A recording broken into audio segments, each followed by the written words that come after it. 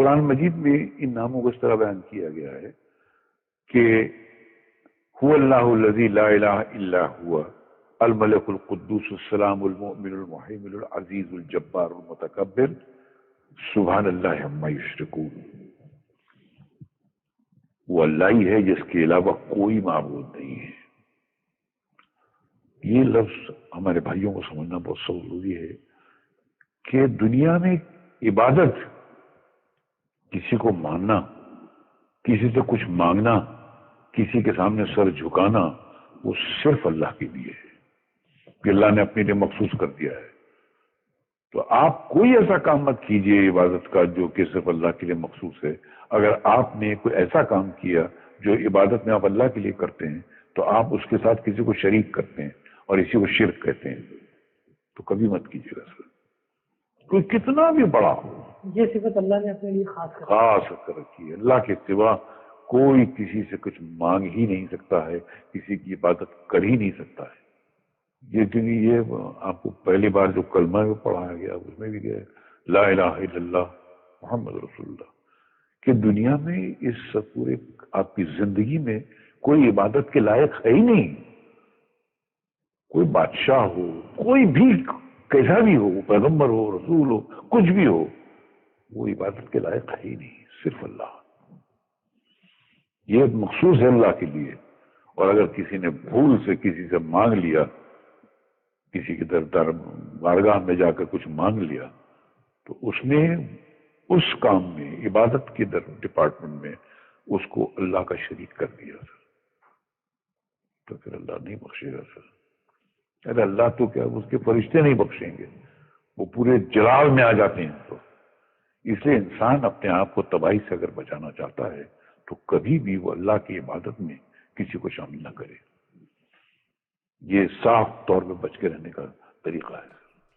یار اللہ تعالیٰ بے نیاز ہے، اس کو کوئی پرواہ نہیں. پوری زندگی کوئی یعنی کس لیول کی زندگی گزارتا ہے، آخری وقت میں اللہ تعالیٰ ایمان کی دولت دے دیتا ہے.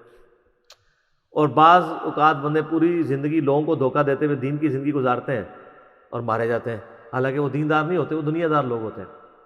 ایک آسٹریلین نیو مسلم بتاتا ہے کہ میں، بڑی لمبی سٹوری ہے اس کی،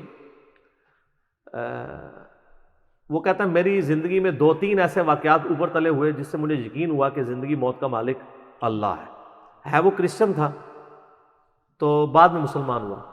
وہ کہتا ہے جی ایک میری زندگی میں واقعہ یہ ہوا کہ میں یعنی ڈرائیونگ کر رہا تھا، فل سپیڈ پہ جا رہا تھا ٹین ایج میں، اور کہتا ہے سامنے سے ایک ٹرک آ گیا اچانک. تو کہتا ہے میں نے آنکھیں بند کر لی کہ بس اب تو آخری وقت ہے. کہتا ہے ٹرک گزر گیا، مجھے کچھ بھی نہیں ہوا. کہتا ہے مجھے نہیں پتا یہ کیسے ہوا، نہ میں نے اسٹیئرنگ موڑا نہ کچھ ہوا. کہتا ہے بہرحال اس ایک لمحے کے اندر کہتا ہے مجھے اپنی زندگی کی کئی ایک چیزیں آخری وقت جب بندے کو آتا ہے نا تو کہتا ہے مجھے اپنی زندگی کے کئی واقعات ریمائنڈ ہونے شروع ہو گئے کہ اب تو میری موت آ گئی ہے، میں نے تو یہ برائی بھی کی ہوئی ہے، یہ برائی بھی کی ہوئی ہے، یہ برائی بھی کی ہوئی ہے. اچھا کہتا ہے میں پریشان ہوا. پھر کہتا ہے کچھ دنوں بعد میں ایک ATM مشین کے اوپر پیسے نکالنے کے لیے گیا تو وہاں پہ کوئی بندہ اندر گھسا ہوا تھا. اس نے یہاں پہ ریوالور رکھی اور مجھ سے پیسے مانگے. تو کہتا ہے میں نے اس کو پیسے نہیں دیے تو اس نے وہ پسٹل چلائی. کہتا ہے اس نے چلائی تو گولی نکلی، دوسری تیسری چوتھی پانچویں، اس گولی نکلی نہیں. تو کہتا ہے یہ 2 واقعات اوپر تلے میرے ساتھ ہوئے، یہ اللہ تعالیٰ پھر گائیڈ کر رہا ہوتا ہے. کہتا ہے میں نے پھر کہا کہ میں پرپز آف لائف کو تلاش کروں گا، مجھے 2 بار زندگی نہیں ملی ہے. تو اس بندے نے اسٹڈی کرنا شروع کیا، الٹیمیٹلی وہ قرآن تک، اسلام تک پہنچ گیا، مسلمان ہو گیا. پھر اس نے مسلمانوں سے بھی بڑا گلہ کیا کہ یہ آپ کا کام تھا ہمیں پرپز آف لائف بتاتے، زندگی کا مقصد کیا. تو وہ کہتا ہے کہ میری ایک نانی تھی نا، ان کی عمر 80+ تھی. تو وہ کہتا ہے وہ گاؤں میں رہتی تھی. تو کہتے ہیں وہ مجھ سے بڑا پیار کرتی تھی. تو وہ کہتا ہے کہ میں یعنی مسلمان ہوا تو میری پہلی خواہش یہ ہوئی کہ میں کسی طریقے سے اسے مسلمان کر لوں. وہ تو مرنے کے قریب ہے، کلمہ پڑھ لوں. ٹھیک ہے. کہتا ہے میں اپنے گاؤں گیا تو میں نے اپنی نانی سے پوچھا کہ آپ مجھ سے کتنی محبت کرتی ہو.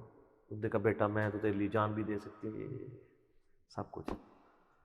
تو اس نے کہا میں جان نہیں مانگ رہا، آپ صرف ایک دفعہ شہادت پڑھ کہ اللہ کو ایک مانو،